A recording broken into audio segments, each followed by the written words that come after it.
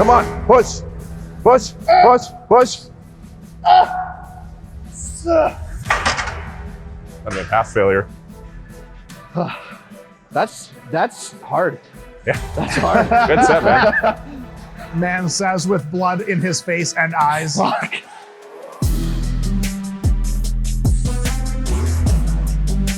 Hey folks, Dr. Mike here for Renaissance Periodization. We have a treat for you. You've seen the Targeting the Muscle series. Now we're gonna be trying to do a variation of that, but live in the gym with actual lifters during actual workouts.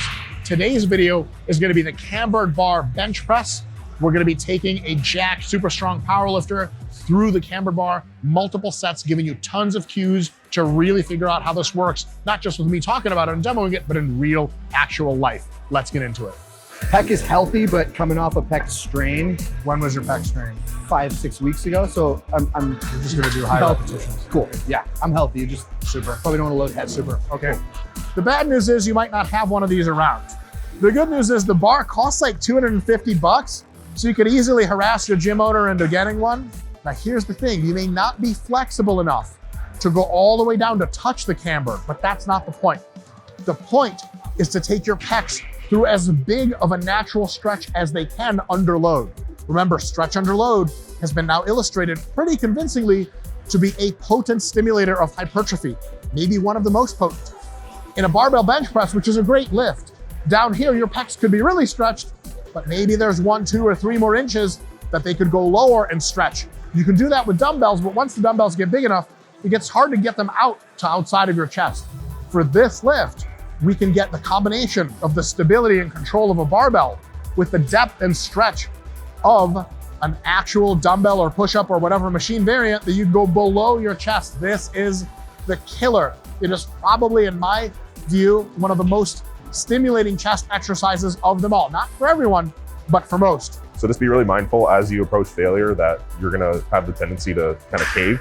That's when the big chest is the most important, and the pause. Keep it open. Yep, yep. Come on, under control.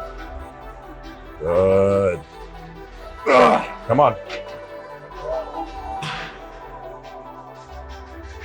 Good. Control the eccentric. Pause. Oh, good. Come on. Come on, Pete. Control, control, control. Pause. Grab hard. Good. Come on, Pete. You got this. Big chest. Chest towards the ceiling. Come on. Good. Under control. Under control. Come on. I got you. I got you. One more. Under control. Under control. Pause. Drive up hard. Come on. Push. Push. Push. Push. I mean, pass failure. So the thing about the Cambered bar bench is in something like a chest machine or with dumbbells, even regular barbell pressing to some extent, you get a really good stimulus just by lying down and just kind of benching. With the Cambered bar bench, you want to make sure to milk it out as much as possible. And the best way to milk out an exercise is before you arrange your technique for that exercise, you have to ask yourself, what is the purpose of the exercise specifically? And how is that purpose being accomplished? The purpose, of course, is stimulating chest muscle growth. How it's being accomplished in the Cambered bar bench is to stretch the pecs maximally under load. If that's the purpose, we want to line our ducks up in a row to make sure we're attending to that purpose, facilitating to that purpose, and not working across it and against it. So if you simply bench like this, that's fine. What you want to do in the Cambered bar bench is raise your chest up a little bit. That aligns your strongest sternal fibers into the movement. And you're going to take your scapulae and you're going to slide them back and a little bit down. The down's not as important as the back. Your chest is up. It already, look at how much pre-stretching I'm getting in my fibers. Once I do that, not only does this keep my shoulders tucked away and much safer on a Cambered bar, which really exposes them to high range of motion, it allows me to pre-stretch my pecs, and then the Cambered bar does the rest. All right, good technique here. No worries, no rush. Reach up. Yes. A little bit longer, pause. Reach up, stretch. Yes. Chest up. If you pause, the next rep will feel worse. That's what we want. Pause, we let want it sink, drained. Let it sink. Good. Yes. Look at that range. Pete. No Good explosion job. out of the bottom. Ease out of the bottom. Ease out. Yes. One more. Last one. Come on. Big stretch. Up. Ease out. Go. Go. Oh shit, one more. You got another one. Come on, Pete. Reach. Reach. Up. Drive hard. Come on. Go. Go. Go. Go. Lock it. Lock it. Little wiggle never hurt anybody. Good stuff, man. Pumped? Yeah, for sure. The taking the extra time to like let it sink because you Yes. think you're in the bottom. Yes. Yeah, dude, like, you're getting like really close to your chest, dude.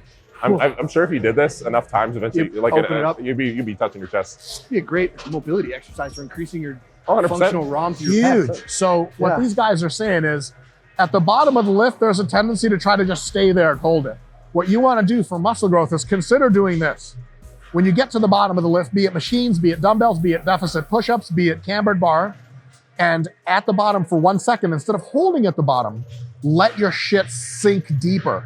That painful extra stretch at the bottom is the definition of stretch under load. Also, from a range of motion, increasing range of motion perspective, right? Like if you're limited on range of motion, like say, I mean, in the bench, for example, in his first couple sets, you know, without the sinking, he wasn't coming as deep.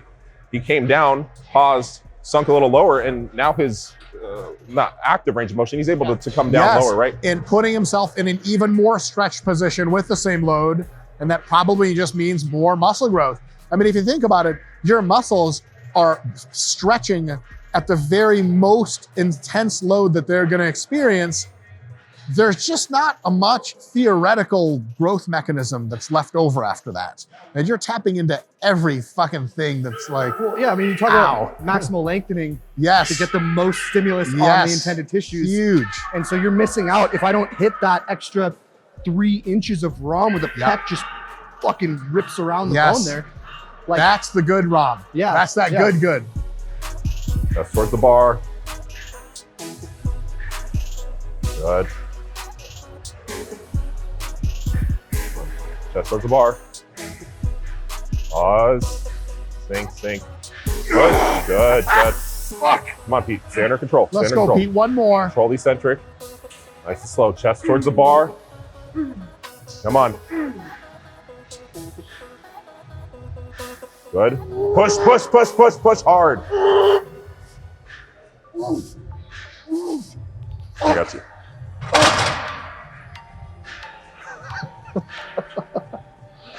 oh, That work, man.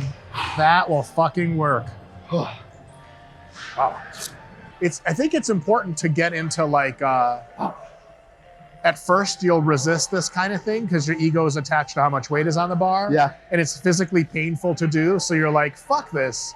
But then if you like over time convince yourself that the painful, debilitating stretch that I'm feeling, exposing my muscles to it is the thing I want. Producing the outcome you want. Yes, Yeah. then at some point you start to think, wow, there's an internal guidance system I have of what is right and what is not right.